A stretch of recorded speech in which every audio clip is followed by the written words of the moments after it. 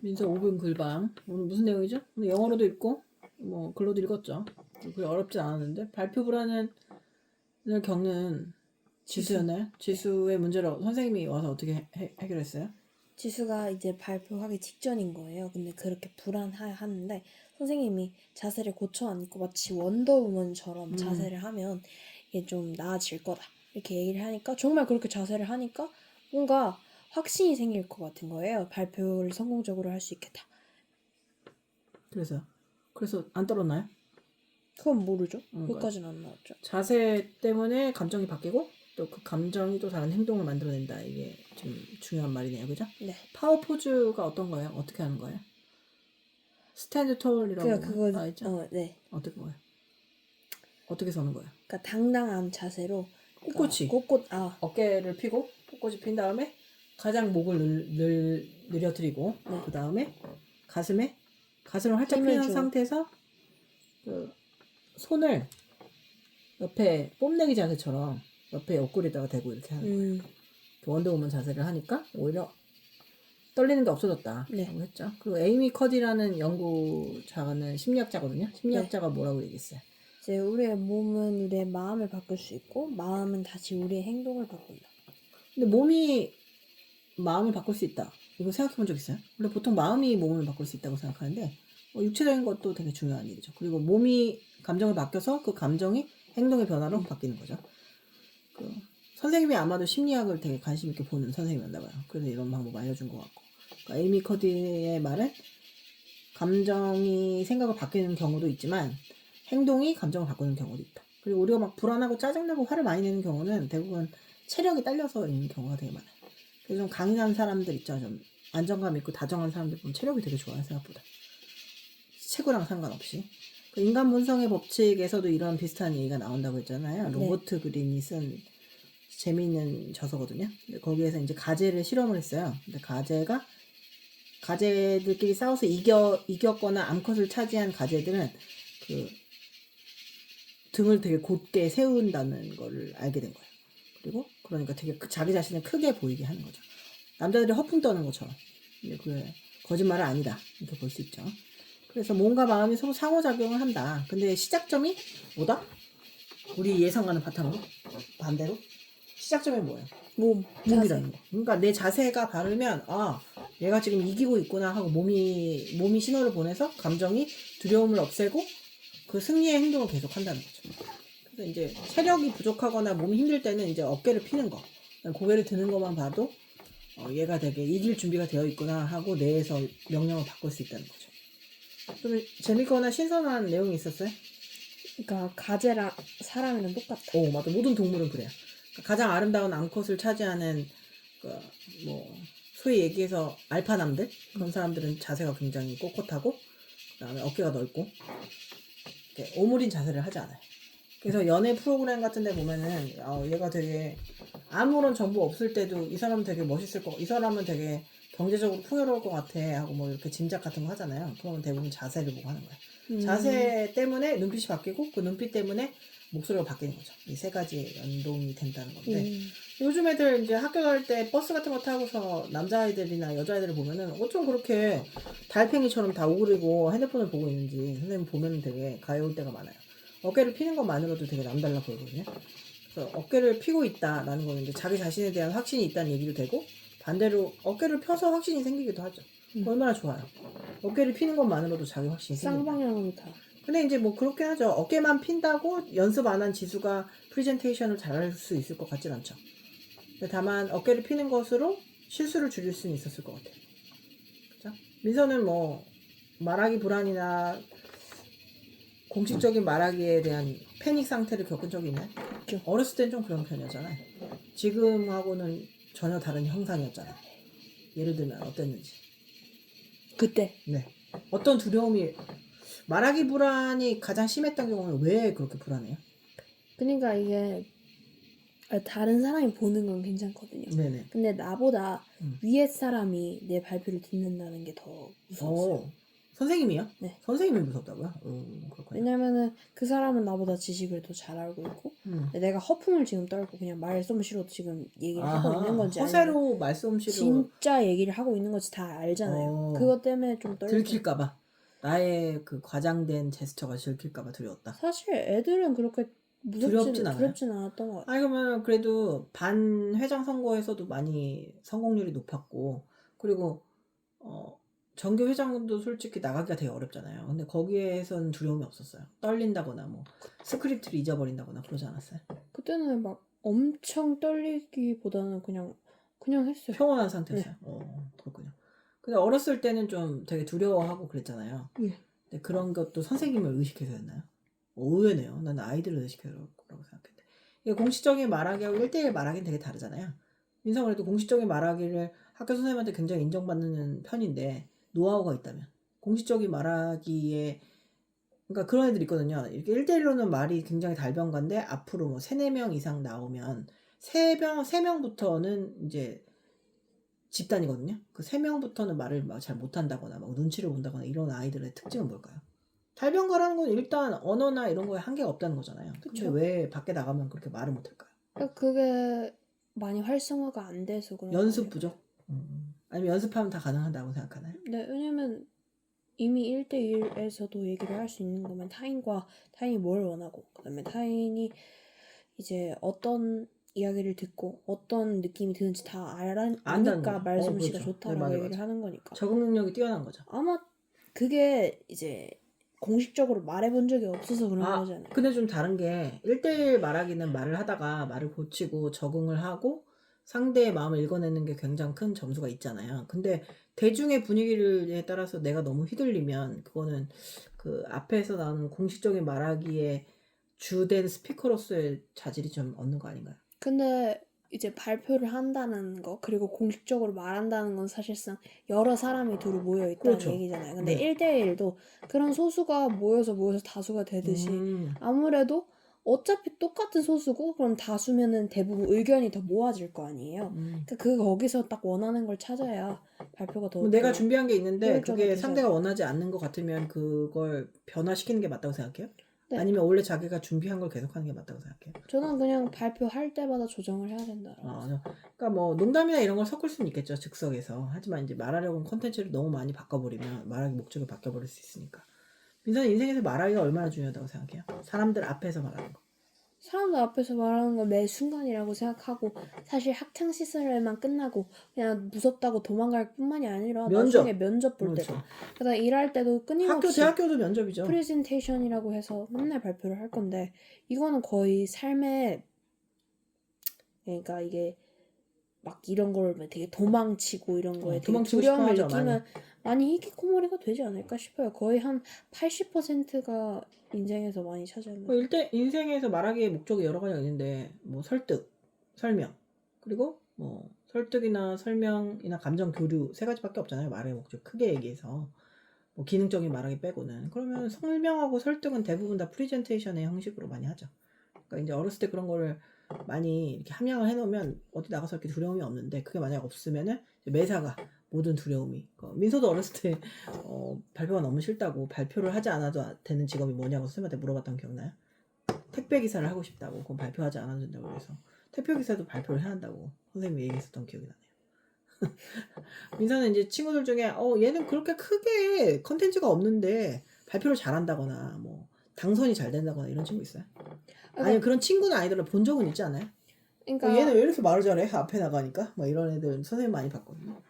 네, 있는 것 같긴 해요. 그렇게 준비를 딱히 안 하고 그 다음에 막 엄청 되게 핵심 포인트 내용도 없고 그러니까 그런데 또 말빨이 되게 좋아서 퍼포머다. 얘기를 그러니까 하는 뭔가 친구들. 이렇게 수행을 굉장히 잘한다. 근데 잘 살리고. 근데 그런 친구들이 오히려 선생님한테 그게 통할까 싶기도 해요. 선생님한테는 좀 통하기 어렵죠. 근데 이제 애들이 원하는 거하고 선생님이 원하는 거를 분별해내는 능력도 스피커의 능력 아니에요? 그렇죠. 그러니까 이제 선생님이 발언권이 있는 경우가 있고 아이들이 투표권이 있는 경우도 있잖아요. 아이들한테 맞춰줄 필요는 있죠. 근데 그렇다고 애들이 덮어놓고 웃기기만 하는 애를 뽑진 않지 않나요? 그러나요? 대부분은 그래요. 인기 투표네요. 코미디언을 뽑는 게 아니잖아요. 개그맨을 뽑는 게 아닌데 그래요? 그냥 나를 한번 웃겨줬다.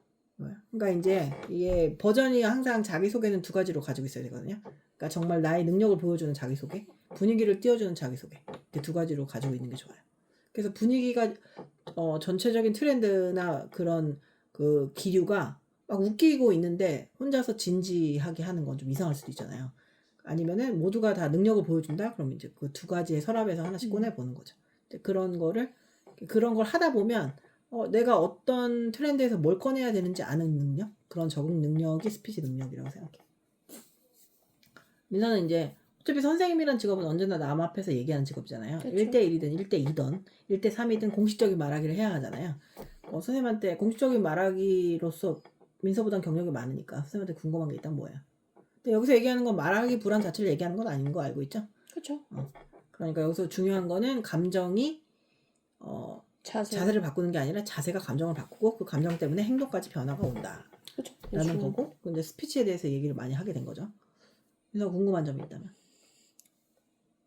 그러니까 원하는 바가 다 다르잖아요. 아무리 다수라고 해도 네. 소수 의견도 존중해야 되는데 이게 공식적인 말하기에서는 사실 그러기가 어렵잖아요. 소수의 의견을 다 듣기가 어려운데 어떻게 하면 선생님들은 애들을 잘 이제 케어를 하고 그 다음에 그런 소수의 애들도 다 이렇게 이끌어내잖아요. 그렇죠. 근데 그러기가 어떻게 가능한가? 의견이 다른데 그거를 모아서라도 또 소수의 의견을 또 안 맞을 수도 있는데 그걸 또 어떻게 모아서 선생님이 다 그렇게 문제를 해결해야 되는지가. 그거는 아이들이 원하는 거하고 수업에 앉아있는 목적은 다르죠. 그러니까 수업의 목적에 부합해야 돼요. 아이들이 원하는 거는 그냥 노는 거. 그리고 뭐 시간을 때우는 거. 그러면서도 수업이 목적에 부합하지 않아서 그 이유 때문에 문제가 생기거든요. 그러니까 수업의 목적이 80%면 그 20% 정도는 그 아이들 위해서 할애할 수 있죠. 뭐 유머라던가. 유머는 굉장히 큰 비싼 거거든요. 유머라든가 아니면 그 아이에 대한 세심함 이런 거 보여줄 수 있는 거죠. 그리고 이제 공식적인 말하기에서는 되게 딱딱한 사람이었는데 1대1로는 되게 따뜻하다거나 뭐 이런 식으로 그 아이한테 세심함을 보여줄 필요가 있는 거죠. 민서도 다양한 선생님을 만나봤잖아요. 지금까지 학교에서. 그렇죠. 그럼 이 선생님이 뭔가 자기 한계를 극복해 본 사람 같다는 느낌이 드는 선생님이 있잖아요. 그런 선생님이 특징이 있단 뭐예요? 그러니까 자기 한계를 뛰어넘었다라기보다는 되게 그러니까 원래 울통이나 말하는 그런 보이스가 작은 사람들이 있어요. 근데 이 사람이 목소리가 확 트였나 봐. 어떻게 했지? 라는 사람 느껴지지 않아요? 있어요. 선생님은 있거든요. 그러니까 원래부터 태어나기를 목소리가 되게 큰 사람도 있잖아요. 탁 울리게.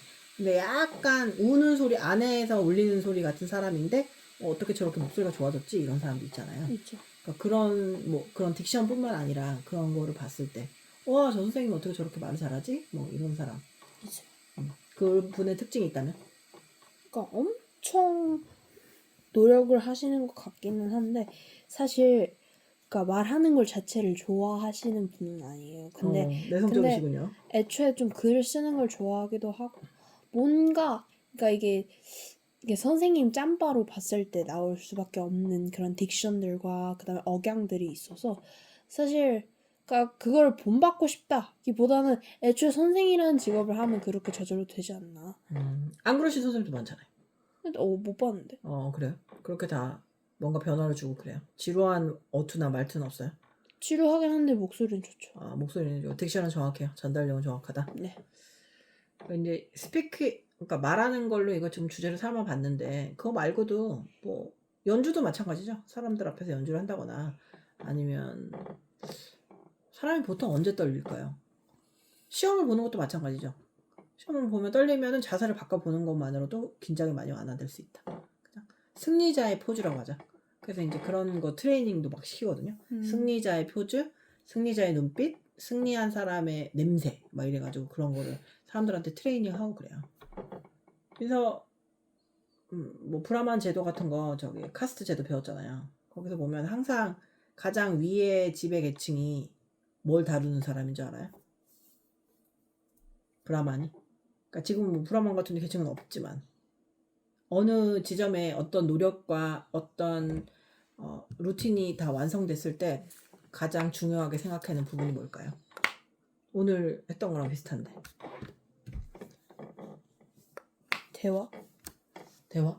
대화를 통해서 의식이에요. 의식. 그 사람의 생각, 신념. 그런 게 굉장히 중요하거든요.